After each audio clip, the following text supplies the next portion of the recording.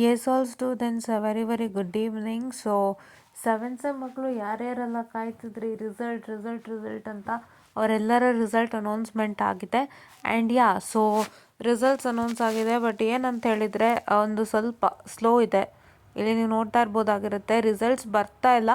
ಸ್ವಲ್ಪ website slow ಇದೆ. Website ಸ್ಲೋಗಿಂತನೂ ಒಂದು ಸ್ವಲ್ಪ ಟೈಮ್ ತೊಗೊಳ್ತಾ ಇದೆ, ಯಾಕೆಂದರೆ ಎಲ್ಲರೂ ನೋಡ್ತಿರೋದ್ರಿಂದ servers down. So please to wait, ನಿಮ್ಮ ರಿಸಲ್ಟ್ಸ್ನ ನೀವು ಚೆಕ್ ಮಾಡ್ಕೋಬೋದು within 2 hours. Fine. And 21 scheme 7 sem ಮಕ್ಕಳು ನೀವು ಒಂದ್ಸಲಿ ಚೆಕ್ ಮಾಡ್ಕೊಳ್ಳಿ. ಬಂದಿದ್ದರೆ ಸಂತೋಷ. If you have not got the results, I kindly request you to have some patience and wait. Because results ನಿಮಗೆ ಇವತ್ತೇ ಬರುತ್ತೆ ಅಂತ ನಮಗೂ ಗೊತ್ತಿಲ್ಲ. ಯಾಕೆಂದರೆ ಈಗ 2022 ಮಾತ್ರ ರಿಲೀಸ್ ಆಗ್ತಿರೋದು ನನಗೆ ಗೊತ್ತಿರೋ ಮಟ್ಟಿಗೆ. ಸೊ ಅದ್ರ ಜೊತೆಗೆ ನಿಮ್ದು ಇನ್ ಕೇಸ್ ರಿಲೀಸ್ ಆದ್ರೂ ನಂಗೆ ಗೊತ್ತಿಲ್ಲ. ಸೊ ಚೆಕ್ ಮಾಡ್ಕೊಳ್ಳಿ. ಆಗಿಲ್ಲ ಅಂದರೂ ವೆಯ್ಟ್ ಮಾಡಿ. ಯಾವಾಗೆಲ್ಲ 7 ಸೆಮ್ ರಿಸಲ್ಟ್ಸ್ ಅಪ್ಡೇಟ್ ಆಗ್ತಿರುತ್ತೆ ಅವಾಗೆಲ್ಲ ಚೆಕ್ ಮಾಡಿ, ನಿಮಗೆ ಖಂಡಿತ ರಿಸಲ್ಟ್ ಸಿಗುತ್ತೆ, ಆಯಿತಾ. ಆ್ಯಂಡ್ ಇನ್ನೊಂದು ನಾನು ಅವೇರ್ನೆಸ್ ಕೊಡ್ಲಿಕ್ಕೆ ಬಯಸ್ತೀನಿ. This was a comment from FF king. ಅವರು ಭಯ ಅಂತ ಹೇಳಿದ್ರಲ್ಲ, ಅದಕ್ಕೂ ರೀಸನನ್ನು ಕೊಡ್ತಿದ್ದಾರೆ. ಭಯ ಏನಕ್ಕೆ ಅಂದರೆ ಫೇಲ್ ಆದರೆ ಆಮೇಲೆ ಡಿಗ್ರಿ ಸರ್ಟಿಫಿಕೇಟ್ ಆಗಿಲ್ಲ ಅಂತ ಅಷ್ಟೇ ಅಂತ. ನಾನು ಏನು ಹೇಳ್ತೀನಿ ಗೊತ್ತಾ, ಫೇಲ್ ಆದರೆ ಅಂತ ಥಿಂಕಿಂಗ್ ನೀವು ಫಸ್ಟೇ ಇರಬೇಕು, ಆಮೇಲಲ್ಲ. ಅದಕ್ಕೆ ನೋಡಿ, ಈ ನಾನು ಅವ್ರಿಗೆ ರಿಪ್ಲೈ ಮಾಡಿದ್ದೀನಿ, ಅಳೋದು ಸಿಂಬಲ್ ಹಾಕಿದ್ದಾರೆ. ನಾನು ಏನು ಹೇಳೋದು ಗೊತ್ತಾ, ಇವಾಗ ನನ್ನ ಹತ್ರ ಒಂದು ಸೆಮ್ ಇದೆ.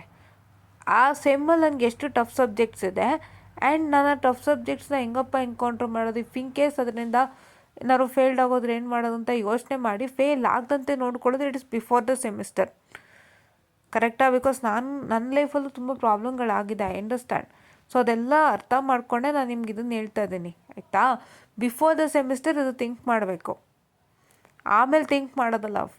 ಎಕ್ಸಾಮ್ ಬರೆದ್ಬಿಟ್ಟು ಫೇಲ್ ಆದರೆ ಅಂತ ಥಿಂಕ್ ಮಾಡೋದಿಲ್ಲ. ಎಕ್ಸಾಮಿಗೂ ಮುಂಚೆ ಥಿಂಕ್ ಮಾಡಿ, if it is a very difficult subject and ಸುಮಾರು ಜನ ಅದರಲ್ಲಿ ಗೊತ್ತಿಲ್ಲ, ಕಷ್ಟಪಟ್ಟು ಫೇಲ್ ಆಗ್ತಿದ್ದಾರೆ. ಕಷ್ಟಪಟ್ಟು ಫೇಲ್ ಅಂದರೆ ಅರ್ಥ ಆಗ್ದೇ ಪಾಪ ಸುಮ್ಮನೆ ಎಕ್ಸಾಮ್ಗೆ ಹೋಗಿ ಬರೆಯೋದು, ಪ್ರಾಬ್ಲಮ್ ಮಾಡ್ಕೊಳ್ಳೋದು. ಈಗ ನೆಟ್ವರ್ಕ್ ಆಗ್ಬೋದು, ನಿಮ್ಮ EMFTನೇ ತೊಗೊಳ್ಳಿ, ಇಲ್ಲ ಕಂಟ್ರೋಲ್ ಸಿಸ್ಟಮ್ ತೊಗೊಳ್ಳಿ. Especially network and EMFT and mathematics ಸುಮಾರು ಜನ ಪ್ರಾಬ್ಲಮ್ಗೊಳಗಾಗೋವಂಥದ್ದು.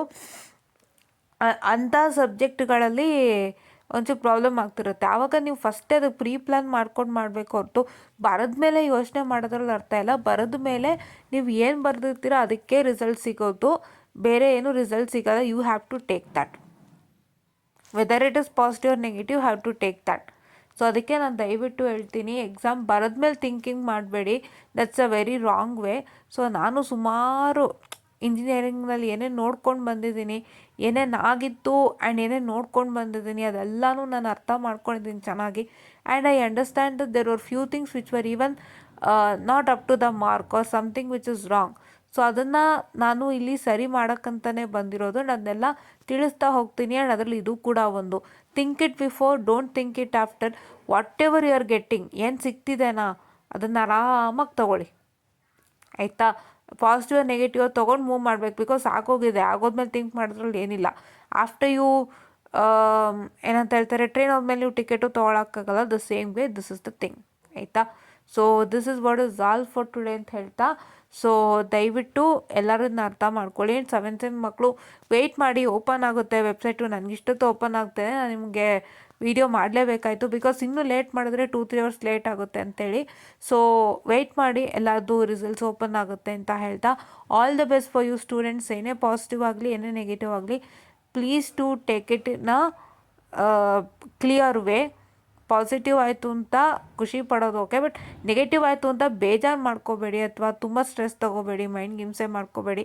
ನಾನು ಹೇಳ್ತಾ ಇದ್ದೀನಿ, ನಿಮಗೆ ಪ್ಲೇಸ್ಮೆಂಟ್ ವರ್ಷ. ಏನಾದರೂ ಎಲ್ಲೊಂದು ಪಾಯಿಂಟ್ ಆಫ್ ಟೈಮ್ ಪ್ರಾಬ್ಲಮ್ ಆಯಿತು ಅಂದ್ರೂ don't take it more stressful or more serious. ಅಥವಾ ಯಾರೋ ಅಕ್ಕಪಕ್ಕ ಈ ಪ್ಲೇಸ್ಮೆಂಟ್ ಟೈಮಲ್ಲಿ ಹೆಂಗೆ ಮಾಡ್ಕೊಂಬಿಟ್ರು, ನಾವು ಪ್ರಾಬ್ಲಮ್ ಮಾಡ್ಕೊಂಡು ಅಂತ ಅನ್ನೋದೆಲ್ಲ ಮನೇಲೆ ಪೇರೆಂಟ್ಸ್ ಹಿಂಸೆ ಮಾಡೋದು. ಏನೇ ಮಾಡ್ತಿದ್ರು ಒಂದು ಸ್ವಲ್ಪ ಕೂಲ್ ಆ್ಯಂಡ್ ಕಾಮ್ ಆಗಿ ತೊಗೊಂಡು ಅದನ್ನು ಆದಷ್ಟು ಬೇಗ ಮುಗಿಸ್ಕೊಳ್ಳೋ ಪ್ರಯತ್ನ ಮಾಡಿ. Have to face everything because all things are done. Now you can do anything. ಈಗ ಫೇಲ್ ಆಗೋಯ್ತು ಅಂತ ನೀವು ಈಗ ಹೋಗಿ ಎಕ್ಸಾಮ್ ಪೇಪರ್ ತೊಗೊಂಡು ಮತ್ತೆ ಎಲ್ಲ ಆನ್ಸರ್ ಓದ್ಕೊಬಂತಿದ್ದಕ್ಕಾಗಲ್ಲ.